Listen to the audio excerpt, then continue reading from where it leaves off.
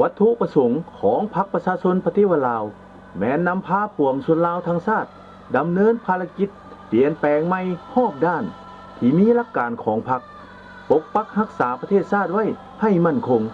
ก่อสร้างระบอบประชาธิปไตยประชาชนให้บรรลุตามจุดหมายสังคมนิยมกองประชุมใหญ่ผู้แทนทั่วประเทศครั้งที่5ของพรรคซึ่งเป็นการสืบต่อภารกิจเปลี่ยนแปลงใหม่รอบด้านแต่จัดขึ้นอย่างเป็นทางการในระหว่างวันที่27หา29มีนาปี1991อยู่นครหลวงเวียงจันทน์มีผู้แทนเข้าร่วม367สหายที่เป็นตัวแทนให้แก่สมาชิกพรรค 60,000 สหายในทั่วประเทศกองประชุมได้วางทิศทางหน้าที่ร่วมของพรรคทั่วปวงชนสืบต่อภารกิจเปลี่ยนแปลงใหม่อย่างรอบด้านเพิ่มทวีความสามัคคีเป็นอันหนึ่งอันเดียวของปวงชนลาวทั้งชาติบนพื้นฐานพันธภาพกรรมกรกสิกรและปัญญาชนนักเรียนรู้ภายใต้การนำพาของพรรคตั้งหน้าเสริมขยายเศรษฐกิจหลายภาคส่วนเน้นใส่ขยายกำลังการผลิตอย่างแข็งแรงหันเปลี่ยนเศรษฐกิจธรรมชาติและเครื่องธรรมชาติไปสู่เศรษฐกิจสินค้าเฮ็ดให้ชีวิตการเป็นอยู่ทางด้านวัตถุและวัฒนธรรมของประชาชนเผ่าต่างๆนับมือนับดีขึ้นเสริมขยายประชาธิปไตยในทุกขงเขตชีวิตสังคม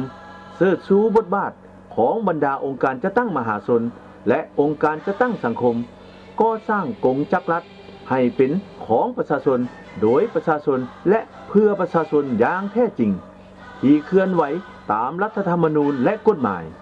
เพิ่มทวีบทบาทการนำพาของพรรคในระบบการเมืองอย่างบ่หยุดยั้งปรับปรุงเรื่องงานป้องกันชาติป้องกันความสงบทั่วปวงชนปกปักรักษาเอกราชอธิปไตยของชาติและระบอบใหม่ไว้ให้มั่นคงรับประกันเสถียรภาพทางด้านการเมืองความสงบสุขและความเป็นระเบียบเรียบร้อยในทั่วสังคมสืบต่อเปิดกว้างการพัวพันและการร่วมมือกับนานาประเทศและบรรดาองค์การจัดตั้งสากลทั้งหมดเหล่านั้นเพื่อสร้างประเทศลาวสันติภาพเอกราชประชาธิปไตยเอกภาพและวัฒนาถาวรประกอบส่วนเข้าในภารกิจแห่งการต่อสู้สันติภาพเอกราชแห่งชาติประชาธิปไตยและความก้าวหน้าทางสังคมในโลกกองประชุมได้รับร้องเอาบทรายงานเกี่ยวกับการดัดแปลงกฎระเบียบพรรคซึ่งได้ยั่งยืนถึง5หลักการและ3ทิศนำเกี่ยวกับการสร้างพรรคในระยะใหม่พร้อมนี้ยังได้เลือกตั้งคณะบริหารงานศูนย์กลางพรรคสมัยที่5ประกอบด้วย59สหาย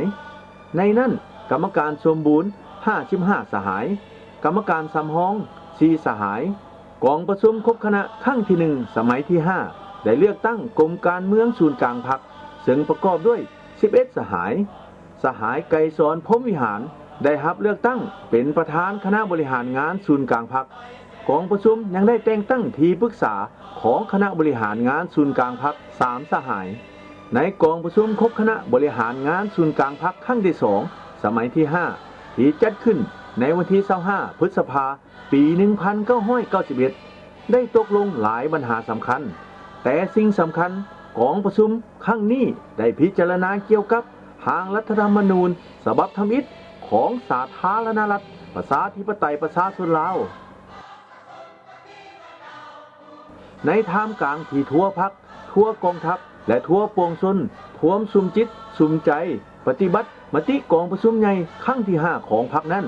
ก็ได้เกิดเหตุการณ์เศร้าสลดใจขึ้นเวลา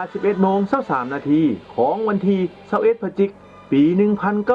1992ประธานไกรสอนพรหมวิหารผู้นำที่แสนเคารพรักของปวงชนลาวทั้งชาติได้ถึงแก่มรณกรรมซึ่งเป็นการสูญเสียอันใหญ่หลวงของพรรคและของชาติลาว